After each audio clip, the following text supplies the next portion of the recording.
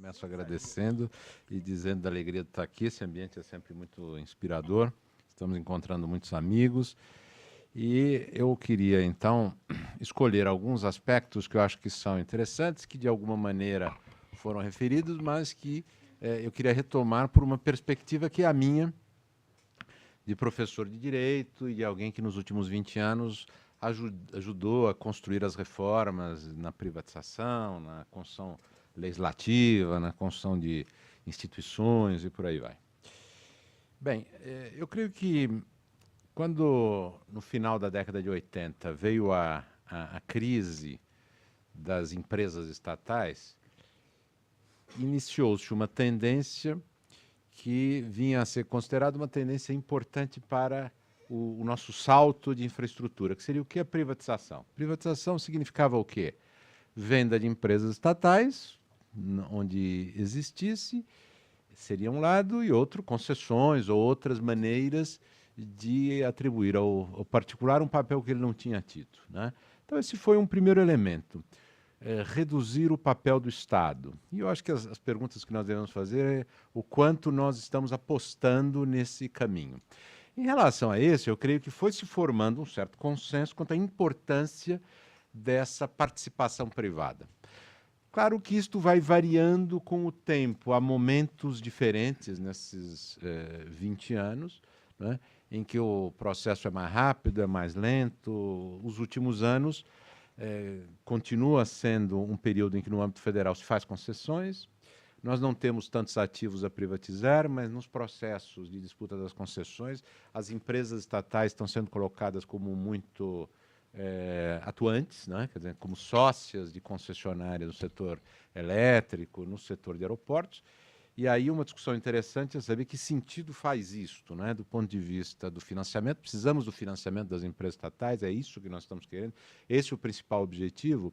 Grande parte do discurso em relação a esse tema não é o do financiamento, mas é o de que o Estado teria que, com a sua participação nas empresas concessionárias, adquirir uma competência que eventualmente não teve no passado. O caso da Infraero seria um exemplo para a Infraero participar. Essa é a aposta.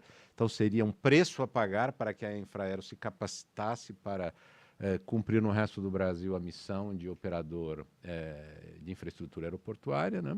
Ou uma outra visão, que a presença da empresa estatal como sócia, ainda que minoritária, mas relevante, atuante no controle, seria importante para fins regulatórios. Isso é, ela teria, pela participação societária, sendo Estado, uma capacidade de conduzir as deliberações da concessionária num sentido positivo.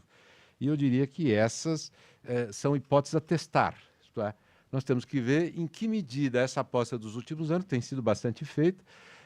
É uma aposta que pode se justificar sobre esse ponto de vista que nós mencionamos aqui, mas nós temos que medir a eficácia, isso é, quanto estamos investindo nisso, porque nós podemos sair do modelo, quer dizer, a empresa estatal pode, em um determinado momento, se livrar da sua participação. Isso é um ativo que pode ser vendido, né? Desde que nós consideremos que o momento já passou, o custo não compensa, nós não temos mais necessidade disso para a empresa estatal aprender, ou a função regulatória da participação da empresa estatal, ela, na verdade, não vem se cumprindo, ou é um preço alto demais para que ela tenha essa função. Acho que esse é um tema que a experiência dos últimos anos nos coloca, né? De avaliar se realmente faz sentido continuar com esta participação minoritária de empresas estatais nos processos de concessão e em que medida nós devemos reverter decisões já feitas, vendendo os ativos sair. Eu acho que essa é uma discussão muito interessante para os próximos anos, uma avaliação de custo-benefício dessa opção que foi adotada e que nós já podemos começar a avaliar. O segundo, acho que, ponto da reforma que se procurou fazer na década de 90, eu tentaria resumir falando em mínimo regulatório, quer dizer, diminuição da complexidade da atuação e da intervenção estatal. O que quer dizer isso? Acho que isso parte de uma constatação, talvez, que se tenha feito, mais do que um movimento de desregulação que ocorreu até com forte viés ideológico a partir da década de 80, mas parte de uma constatação, no caso brasileiro, bastante interessante. Os saltos que nós tivemos de desenvolvimento de infraestrutura, que ocorreram por intermédio das empresas estatais, foram saltos possíveis porque se diminuiu a complexidade decisória. O que significou isso? Atribui-se à Eletrobras a função de cuidar do setor elétrico e, a partir daí, ela cuida. Quer dizer, ela contrata com o máximo de simplicidade possível os seus consultores, o máximo de simplicidade possível os seus fornecedores, monta os seus projetos internamente com baixíssima participação externa. Quer dizer, eu simplifico todo o processo decisório e ela consegue agir muito mais rápido. Então, faz uma quantidade de empreendimentos grande num prazo muito curto. Acho que saneamento foi um pouco isso. Né? Vamos concentrar nas empresas estaduais a implantação de empreendimentos e sua gestão, por isso nós tiramos a necessidade de lidar com todas as complexidades municipais. Então, o que foi feito naquela ocasião, no início da década de 70, foi uma delegação em branco dos municípios, exigiu-se uma delegação em branco dos municípios, e os municípios o fizeram, por meio de contratos de concessão, entre aspas, que não eram contratos de concessão, eram contratos de delegação em branco. As empresas estatais e estaduais juntaram o serviço de saneamento dos vários municípios, planejaram livremente com baixíssima participação do município nenhuma. Os municípios não tiveram nenhuma participação no planejamento das redes, na determinação da tarifa, coisa nenhuma. E o próprio Poder Executivo estadual, controlador das empresas, também baixíssimo. Né?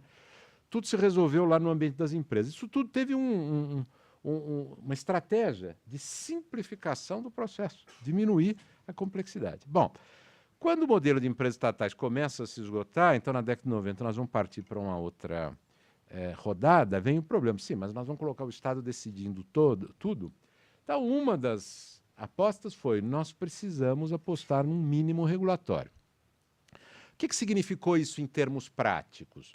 Há muitos exemplos de aplicação dessa ideia. Uma delas foi mencionada pelo Elcio, a ideia de autorização. No setor de telecomunicações, nós discutimos amplamente como reformar telecomunicações, e a grande aposta foi de que nós devíamos reduzir as concessões ao mínimo, e a maior parte do desenvolvimento se faria por autorizações, que as empresas obteriam de acordo com o seu planejamento, não é um planejamento estatal centralizado.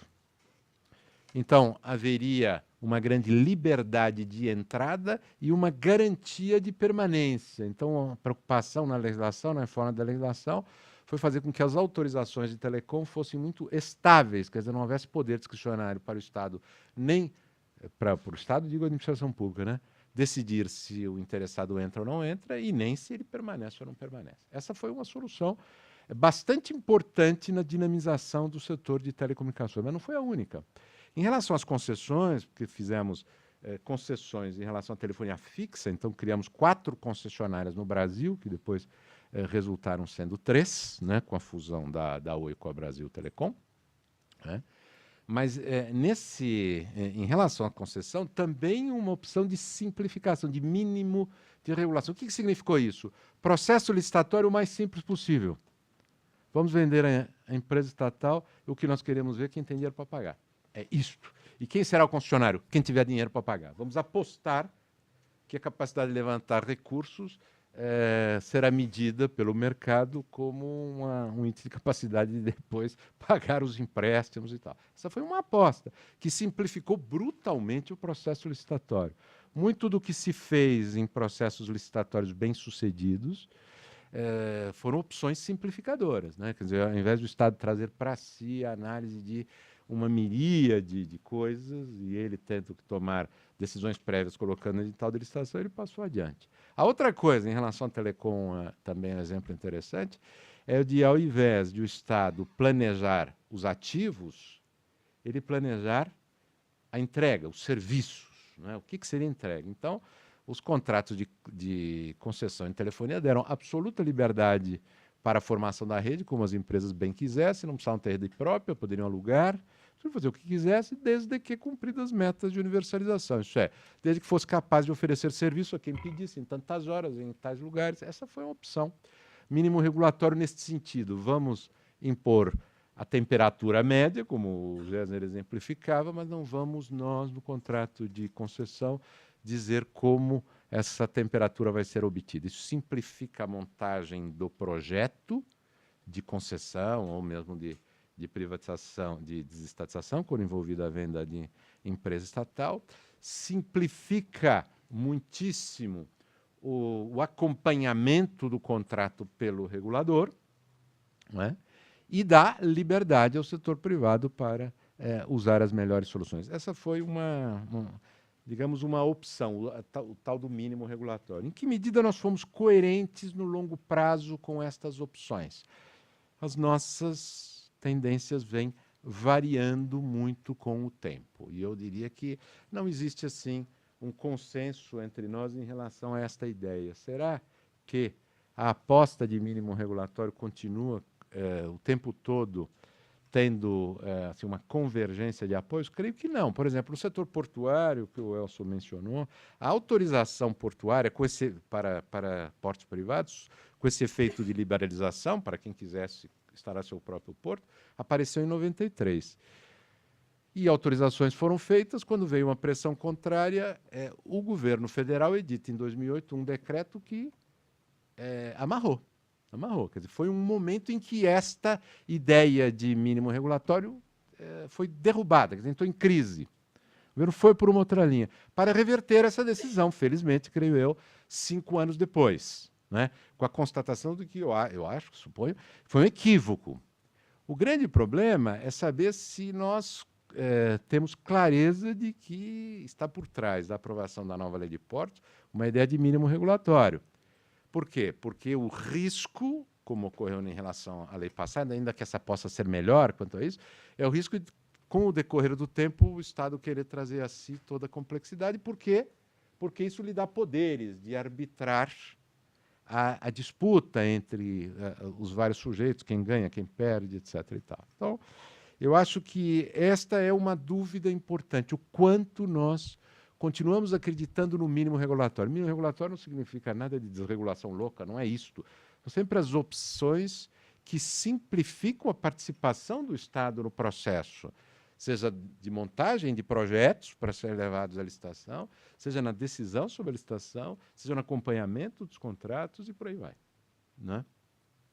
E terceiro ponto, para terminar aqui, que eu acho que foi bastante importante naquele momento, na década de 90, foi a percepção de que se nós estávamos saindo da empresa estatal, em que supostamente o caráter estatal da empresa, conquanto ela tivesse grande liberdade, mas o caráter estatal garantiria muito as coisas, então demos liberdade à empresa estatal, mas era Estado, né? Nomeávamos os dirigentes, estávamos tranquilos de que eles iriam cuidar do interesse público. Bom, mas havendo privatização, como é que vai ser a atuação do Estado, né? Como é que o Estado vai controlar isso? Então veio a preocupação com a institucionalização. A criação das agências reguladoras foi um dos elementos dessa institucionalização, isso é, vamos criar agentes reguladores que sejam profissionais, estáveis, com uma certa blindagem em relação à flutuação da política eleitoral. Essa foi uma aposta, todo mundo conhece, muitas agências surgiram no âmbito federal, nos estados e até em alguns municípios. Bem, mas o modelo não era só isto, quer dizer, eram agências reguladoras que, para funcionar, tinham que ter algum tipo de relacionamento com o Poder Executivo. E aí a suposição do modelo, e aí a minha dúvida é se nós estamos andando bem em relação a isso, a meu ver, não estamos. A suposição do modelo é que o Poder Executivo estaria interessado e seria capaz de estabelecer com clareza, objetividade, políticas de longo prazo para serem executadas pela agência. No setor telecom, estou dando aqui o exemplo, muitas vezes, de telecom, que talvez tenha uma experiência já bastante longa, esta ideia foi levada muito a sério, assim, muito radicalizada, inclusive, na lei, porque a lei disse o que era planejar, o que era o planejamento das políticas pelo Poder Executivo. Ele tinha que estabelecer as metas de universalização dos serviços prestados em regime público. E o Poder Executivo o fez, para que isso fosse incluído no contrato de concessão pela agência. Há uma revisão periódica que a agência faz, mas orientada pela decisão formal, decreto do Presidente da República. Então, o Presidente da República tinha que tomar essa decisão e foi tomando. Todas as mudanças que ocorreram, mas foi tomando, então as políticas apareceram, né?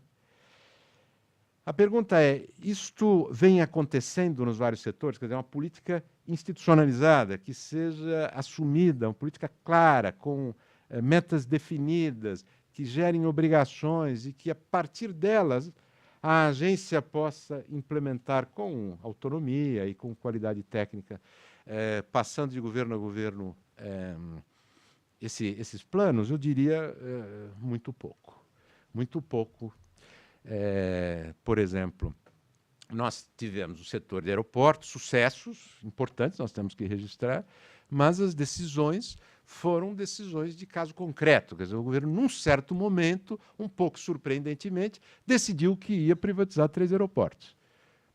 E aí, como o programa prossegue? Bom, vamos aguardar. E aí, mais 2. E como prossegue? Nós não sabemos como prossegue. E essa questão do como prossegue é tudo, porque se nós tivermos desde o início um projeto que a agência reguladora vai implementar, nós não temos os hiatos decisórios, as pressões decisórias que se renovam e que, por exemplo, neste momento estão ocorrendo no setor aeroportuário. Tem gente, então, fazendo projeto de lei para criar autorização aeroportuária, tem gente querendo